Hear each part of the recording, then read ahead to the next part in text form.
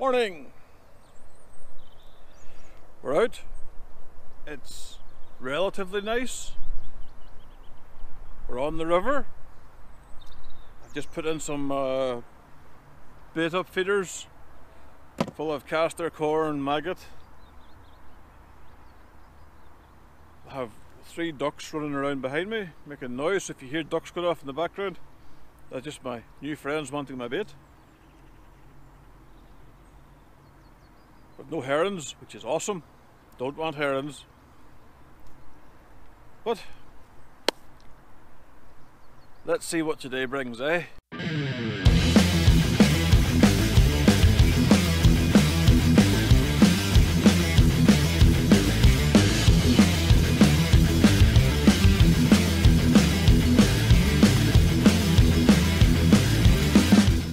It's really slow. I've had 2 bites, and there's been times where I've reeled in and the maggots are smashed, but I couldn't see it in the tip. This rod comes with 3 tips. You know, there's like a light, a medium and a heavy, so I'm using the medium one today. I don't really ever use the light one because it's just too light for the rod. I end up smashing the tips on it, and they're like 30 quid and hard to buy now, so I don't use the light one. I'd only ever use the medium and the heavy. I don't know what specific ounces the tips are. They don't come in ounces, they just go like DM 1, 2 and 3.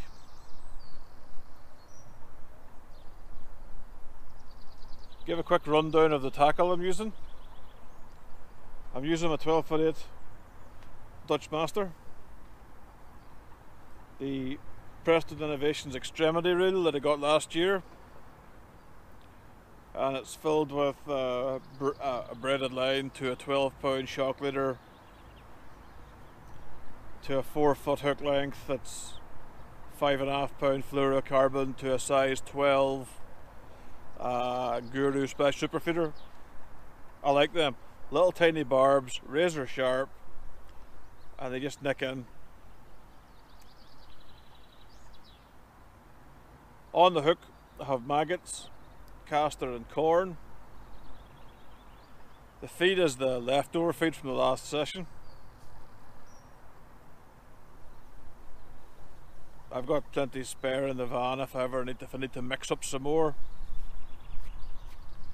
But I've just been kept plugging in. This last 4 nights we've had temperatures that's either been below freezing or been just about freezing. The other day we had like snowfall, so the weather at the minute is absolutely nuts. I don't think it quite knows what to do with itself. One minute it's a lovely nice day, the next minute it's snowing. Welcome to Northern Ireland, eh?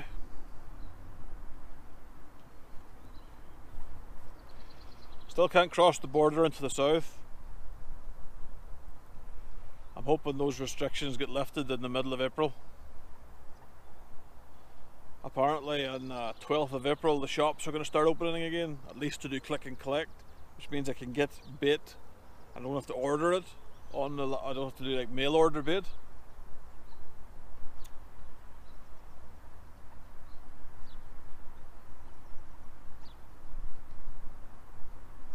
I'm fishing at 30 meters. It's relatively deep water, and again, just keep plugging. I took a break now, you know, I'm just gonna casts every 2 minutes, and there is fish there because the bait's coming back smashed, so it's either getting smashed on the drop or I'm missing I don't know how I'm missing the bites, but the bites that I've had have been like, you know, the very timid.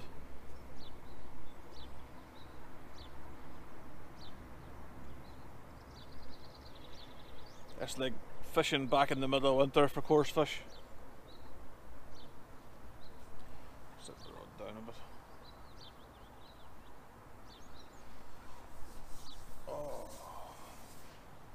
Try something else new. A white Snickers.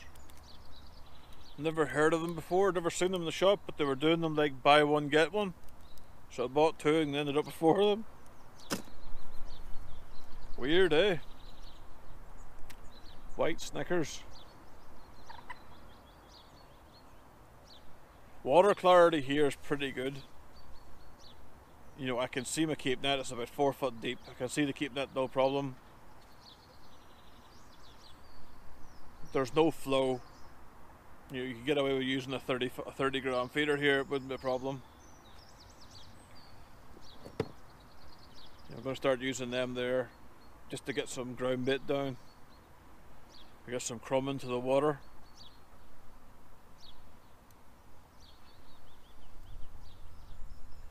I like the window feeders because literally you can pack them full of the particles, like the caster and the cord and the whatever.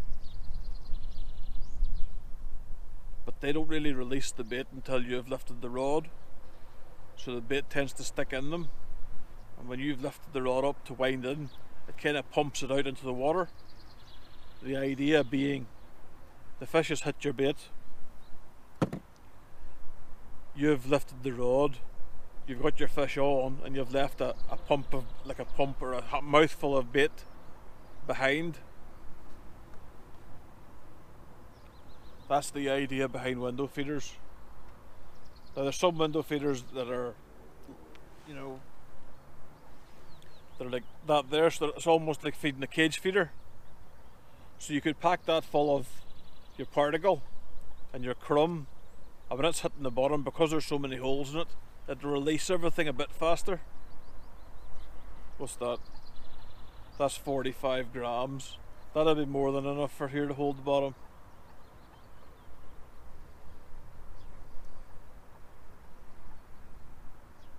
The sun's coming up and it doesn't feel as cold. But see, when the wind kicks up, the wind's coming down the river. So I'm in Enniskillen town, the wind's heading that way.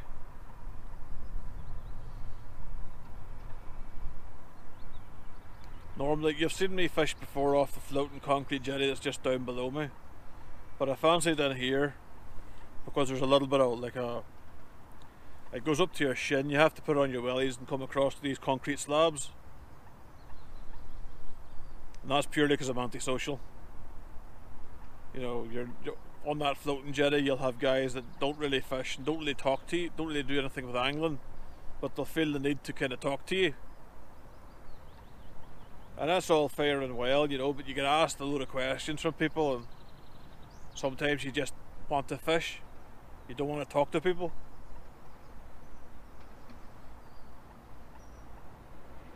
Thankfully, my dental problems seem to be kind of on the mend. I'm eating, you know, solid foods again. There was once they pulled the tooth, there was a very bad taste in my mouth for a couple of days, and there was some swelling in my cheek, my jaw here. But all that seems to have kind of went away over time, so my face doesn't feel like it's in bits. The last session I wasn't really enjoying it. You know, I should have brought pain medication with me, but I didn't. So I spent the whole day trying to concentrate the feeder tip and having dental pain. You know, you wouldn't wish dental pain on your enemies, it's horrible. But c'est la vie. You just have to get over it. Put on the big boy pants and get over it. No point bitching about it. Sorry about that. I had somebody come down to chat to me.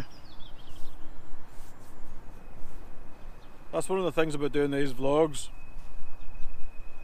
There's a lot of people that watch them and kind of think, you know, next time I see him I'll come and chat to him. I don't mind that at all. I don't mind that in the slightest. It's when I get some random dog walker who doesn't really have a clue about angling,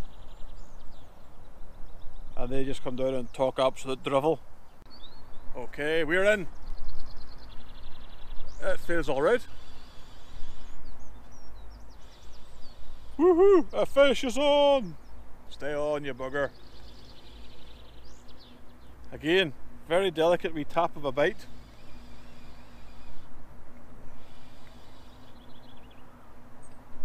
Feels alright. Probably a hybrid.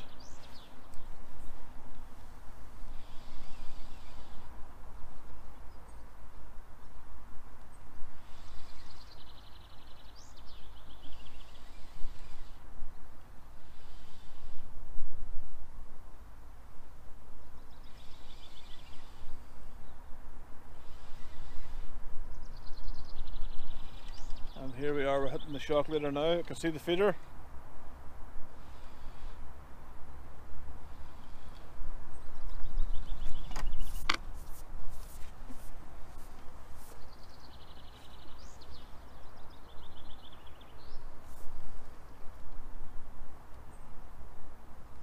It's a nice hybrid.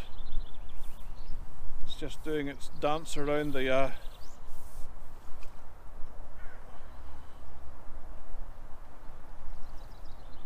and we have it in the net. We have a fish. Christ, it's not a blank. Oh.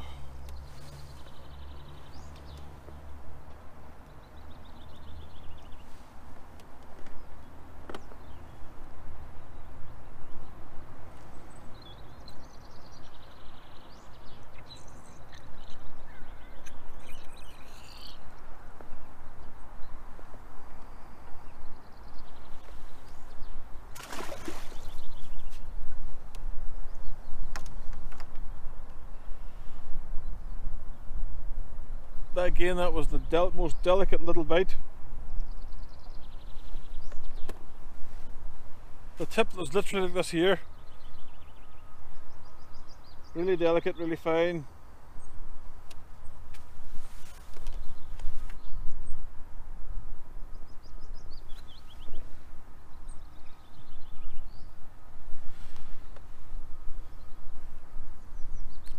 I'm happy that I've caught something.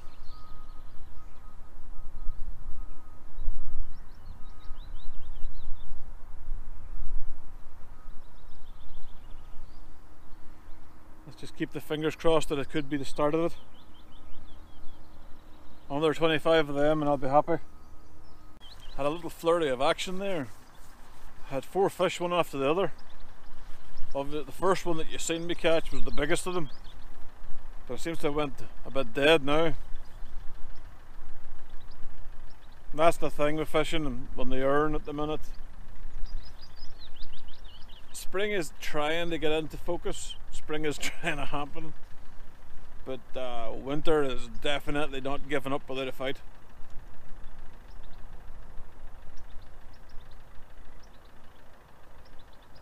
So you'll have the fish kind of, they're still out there. I mean, chuck the deeper about. The deeper says that there's still lots of fish there. There's still lots of fish surfacing, but it's the water is fucking cold, pardon my language. And I know I said I'd promise not to swear, trying on that one. The water is cold. So just as the water heats up and the fish begin to get a bit more active, the cold snap hit. So the fish are bound to be sitting there going, oh, what the hell's happening? But when I arrived down here, I put,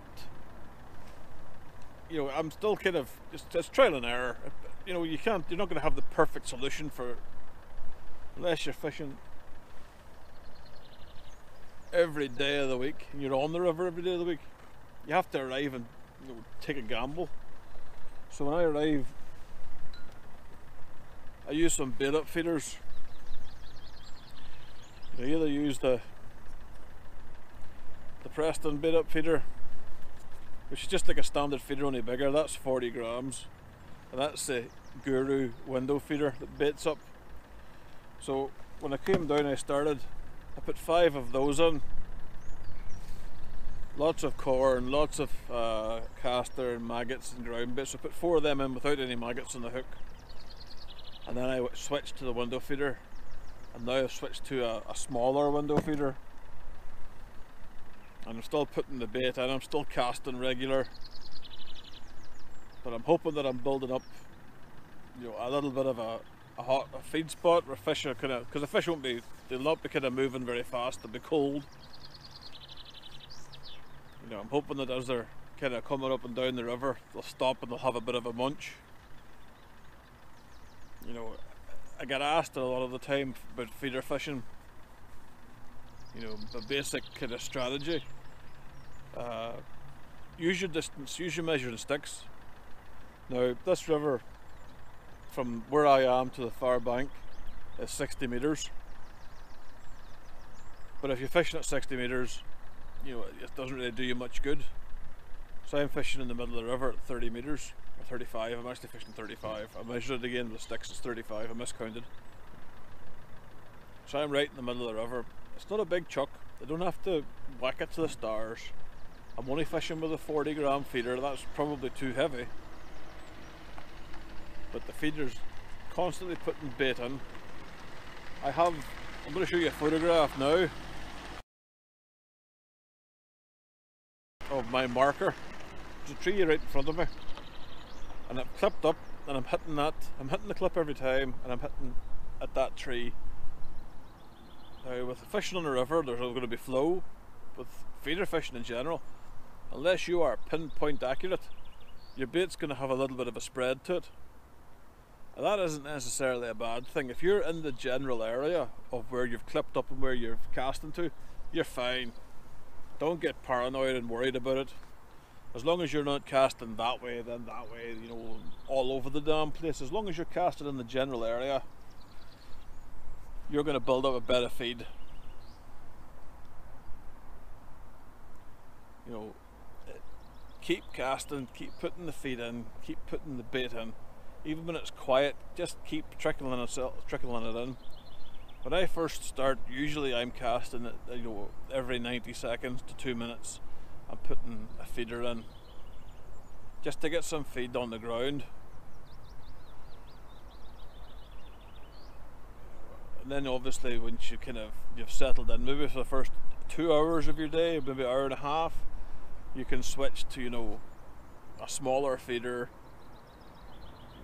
Again, a longer hook length isn't a bad idea, because as your feeder hits the bottom, your hook length's going to be coming down nice and slow. And if the fish are sitting up in the water, then they're going to see this bait fluttering down through the water columns, and they're going to hit it. A lot of the time, if the hybrids are really in your swim and they're really giving you a good day, you don't get your rod in the rod rest. You cast out, your feeder will hit the bottom, your tip will spring back, and you can literally count maybe to 5, and you'll have the tip will rip around, because the hybrid's seen this in the sort of the water columns and snatched it and took it. But on slow days, you can set the rod down and watch your tip.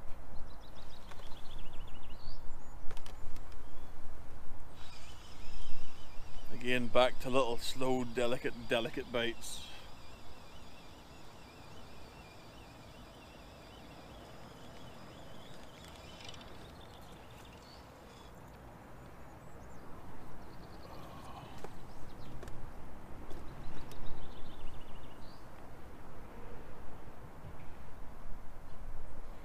Never going to catch anything with that bait because the maggot's folded over the tip of the hook.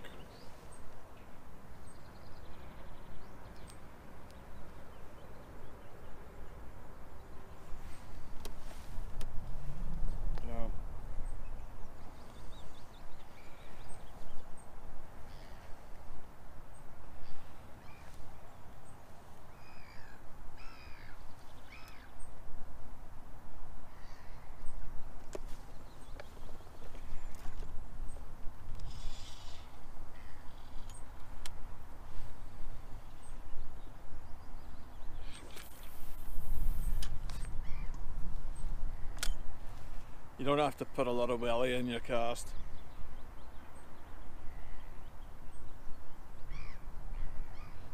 You're not fishing that far out. Not so sure how long I'll stay. I'm kind of coming to the end of my ground bit. My little half hour of action it's kind of come to an end. And this wind is just running through me.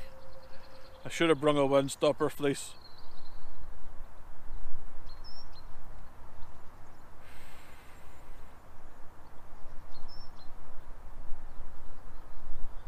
time is it now?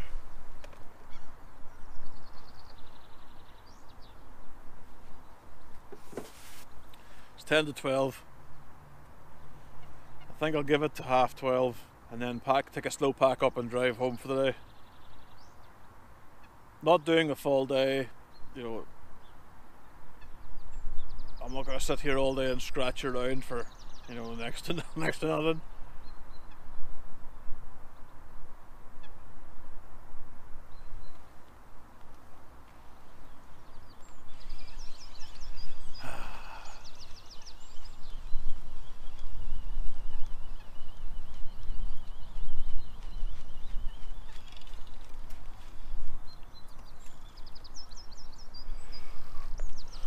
But all in all, I'm glad that I actually came out today. Just had to get out of the house. Well, that's the rain. So let's see what we got in the net today. Didn't get an awful lot.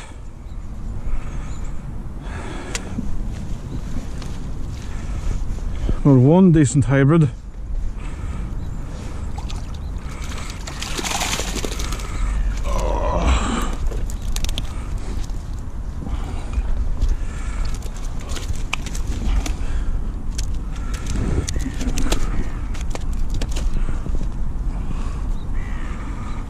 Got one decent hybrid. In fact, I'm going to take a photograph of that boy. Yeah, there goes the roach.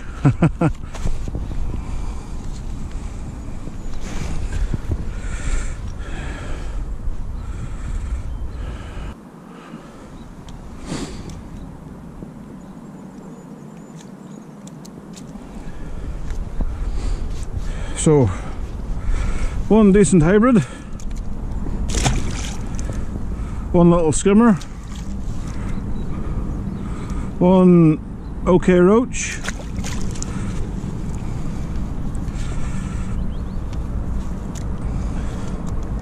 and a little ditty roach. And that's it. That is all she had today. The fish just kind of, that all happened in the space of 10 minutes, 10 to 20 minutes, and then it just went cold again. And now the rain's starting, so I think it's time to diddy mow. Till the next time, chaps, tide lines.